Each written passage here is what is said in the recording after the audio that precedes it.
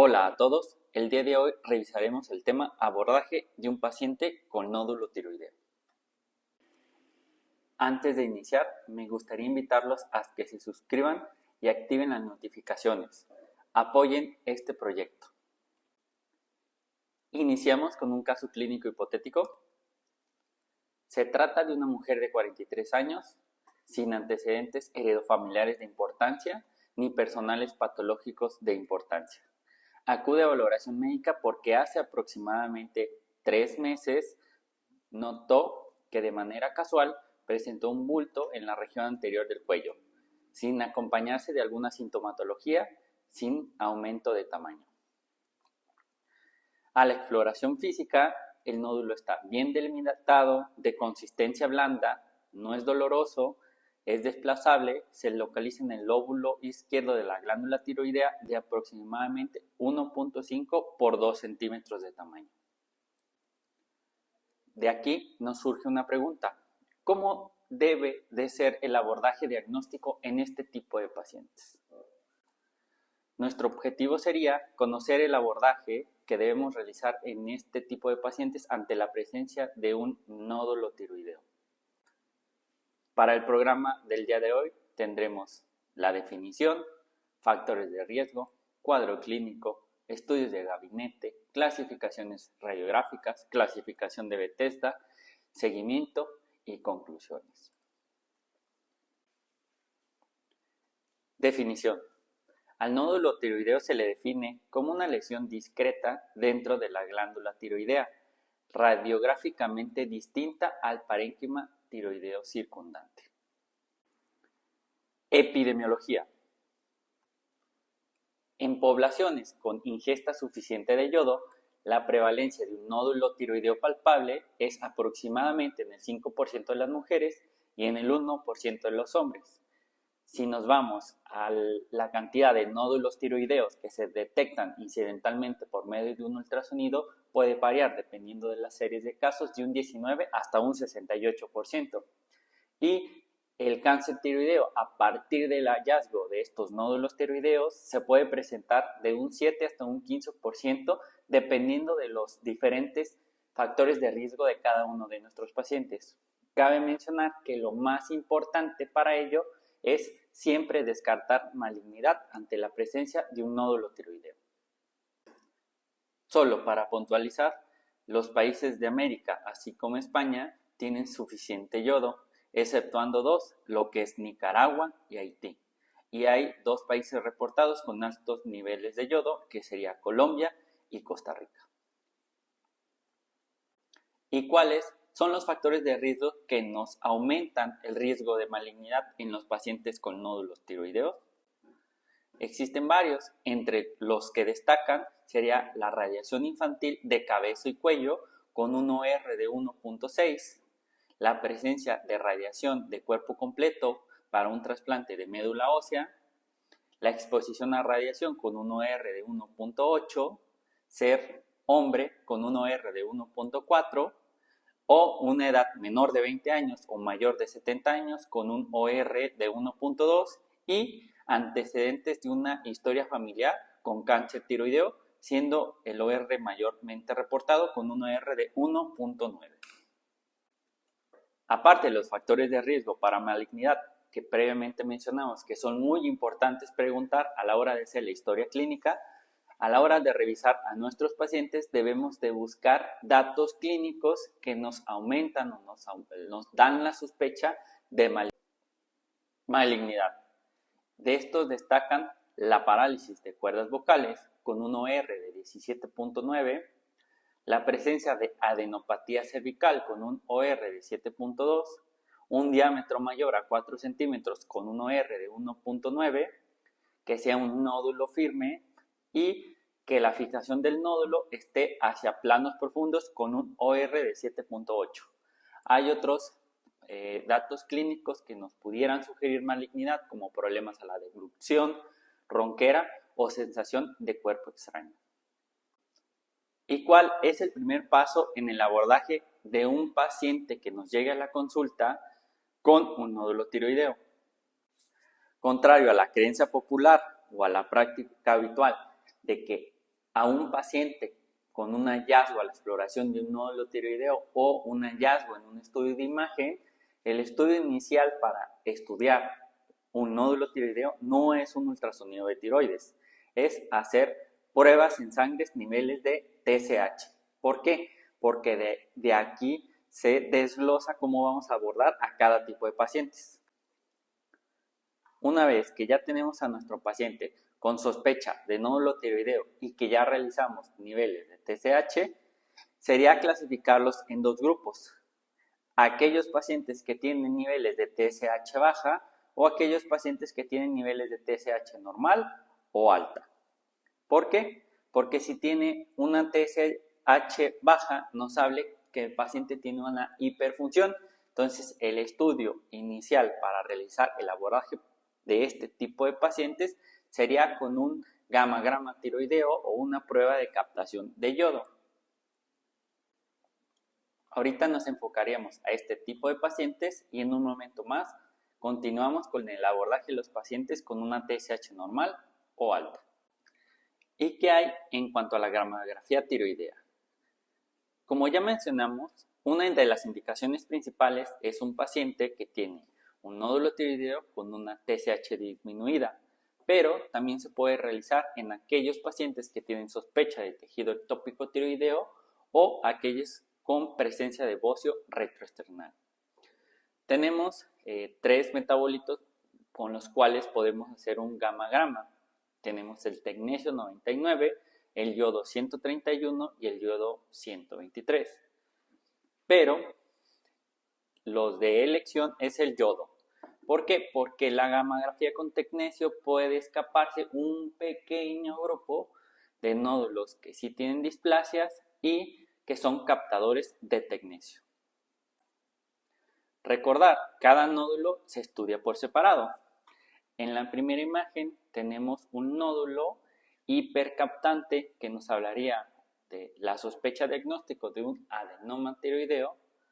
Aquí tenemos un gamma-grama con un nódulo hipocaptante y tenemos un bocio multinodular donde tiene presencia de nódulos hipocaptantes y nódulos hipercaptantes. De aquí la importancia. Ejemplo, en este paciente el que necesitaría de realizar un abordaje sería los nódulos hipocaptantes.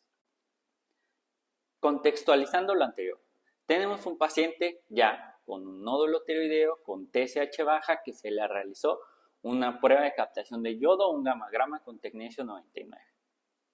Tenemos dos posibilidades, como ya vimos en la imagen, que presente un nódulo hipercaptante o lo que comúnmente se le llama como un nódulo caliente, y en este caso no estaría indicada la biopsia y por lo regular es esperado o puede presentar una elevación de T3 o T4 que nos hablaría del diagnóstico de hipertiroidismo. Si fuera un único nódulo, el diagnóstico sería un adenoma tóxico, o si fuera un bocio multinodular, pues sería un bocio multinodular tóxico. También podemos encontrar presencia de un nódulo hipocaptante o frío. En este caso sí estaría indicado un aspirado con aguja fina y manejarlo con base a Bethesda siempre y cuando tenga un tamaño mayor o igual a 1 centímetro de diámetro.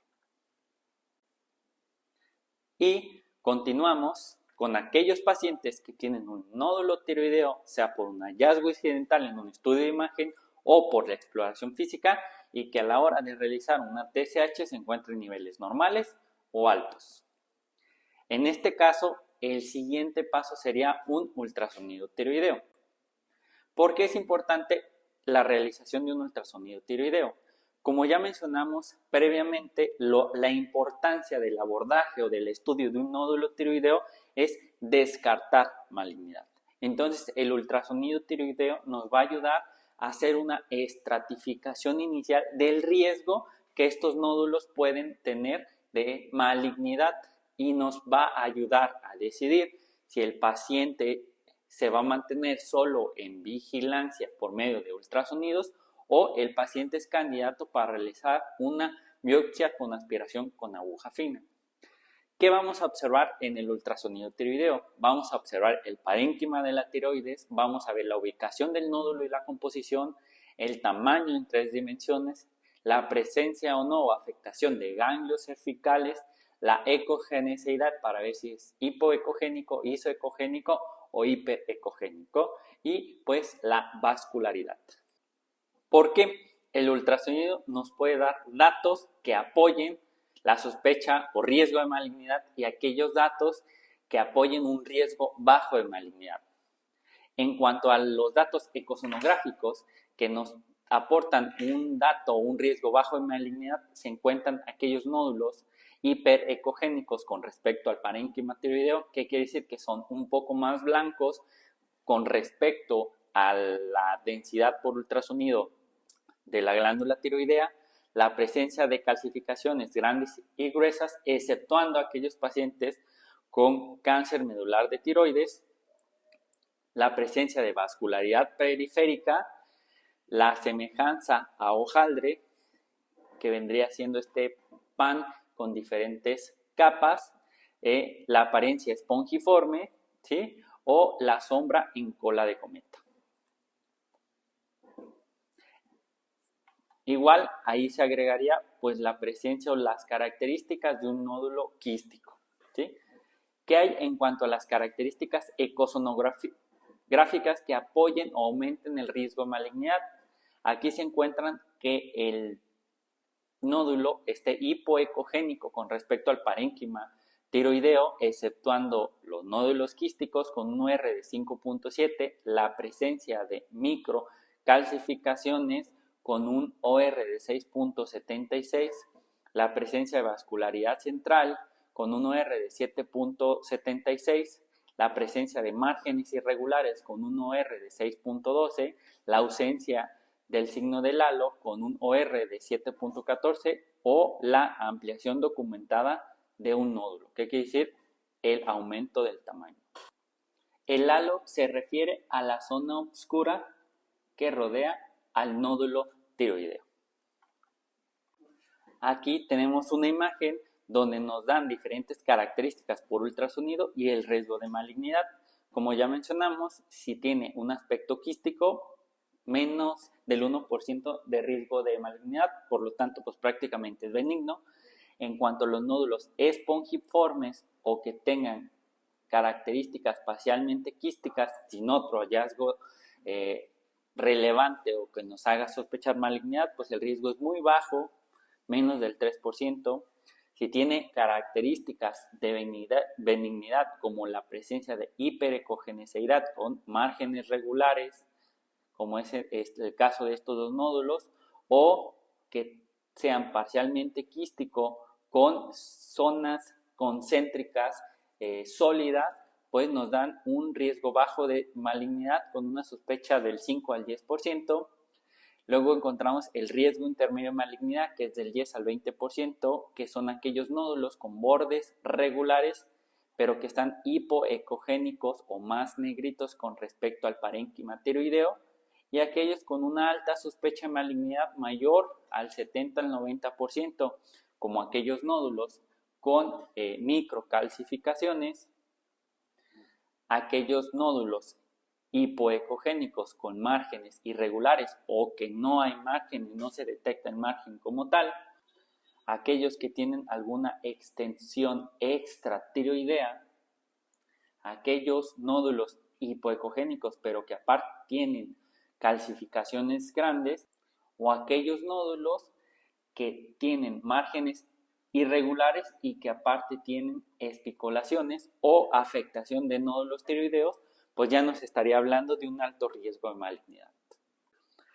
El Colegio Americano de Radiología realizó una clasificación, una escala llamada TIRADS, donde toma las diferentes características ultrasonográficas del nódulo y le da un puntaje, y este a su vez nos da un riesgo de malignidad y por ende nos estadifica cuál es el siguiente paso en nuestro paciente.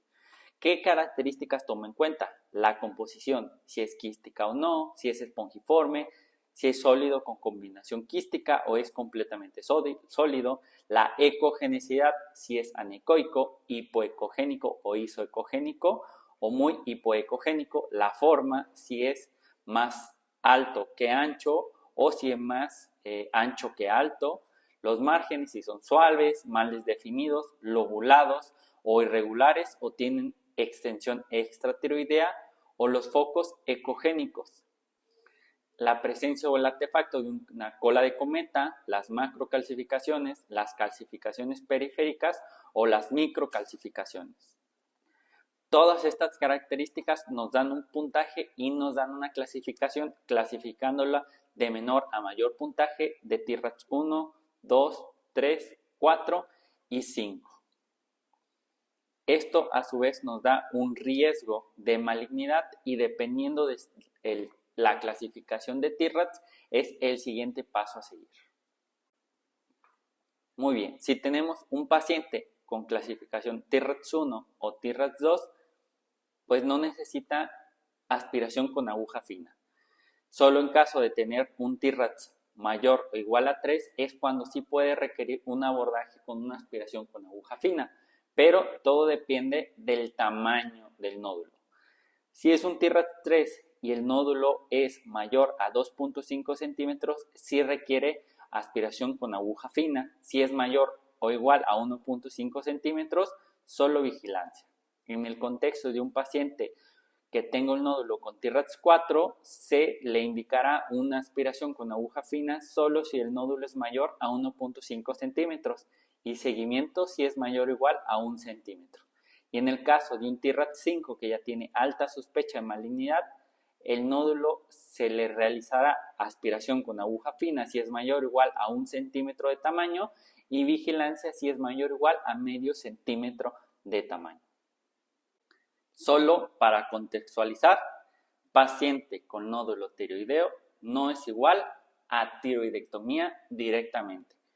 Previamente hay que hacer todo el abordaje que ya previamente mencionamos, porque es bien común y principalmente en la práctica privada que pacientes con una ligera o alta sospecha de malignidad antes de hacer biopsia o cualquier otro abordaje diagnóstico lo pasan directamente a la tiroidectomía. Y mencionar que una tiroidectomía no es inocua, hay complicaciones en la cirugía, el costo del paciente, los riesgos, entre muchas otras cosas. Como mencionamos, si el paciente tiene un ultrasonido sin datos subjetivos de malignidad o con datos subjetivos de benignidad, solo es vigilancia por medio del ultrasonido cada 1 o 2 años, dependiendo del contexto clínico de cada paciente. Y si hay alta sospecha de malignidad, hay que realizar un aspirado con aguja fina. ¿Qué hay de los demás estudios de imagen? De inicio, no se recomienda realizar tomografía ni resonancia en este tipo de pacientes, inicialmente, solo exceptuando ciertas circunstancias, como la presencia de compresión de la vía aérea, que haya una extensión subesternal del bocio nodular, la presencia de ganglios linfáticos patológicos en la región cervical, que no sean adecuadamente visibles por medio del ultrasonido y la realización de una PET por tomografía para la estadificación preoperatoria solo en la presencia de nódulos malignos con altas características de ser agresivos.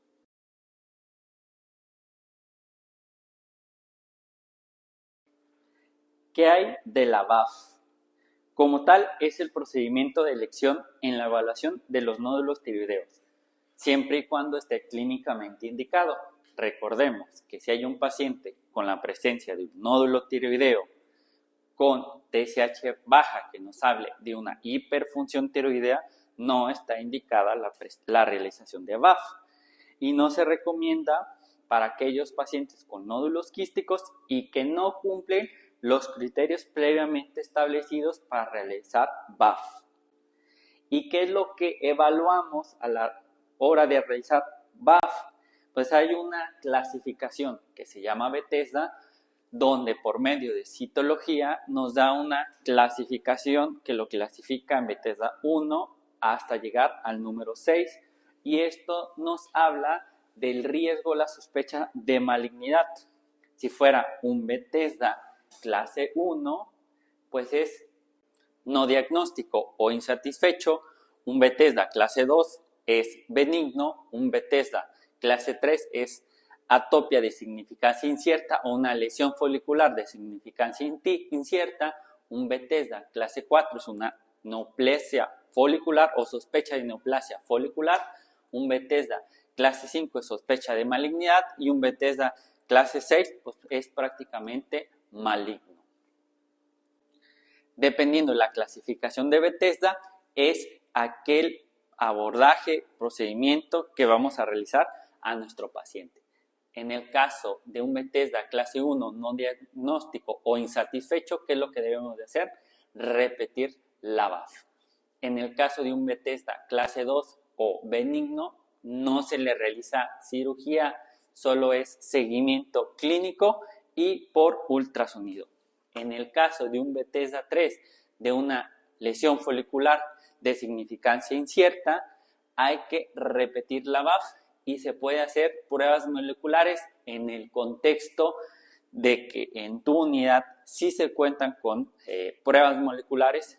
Desafortunadamente, aquí en mi unidad no se cuentan con ello y pues no las podemos realizar. O también se pudiera indicar en cierto tipo de pacientes hacer hasta una lobectomía del sitio donde está el nódulo tiroideo.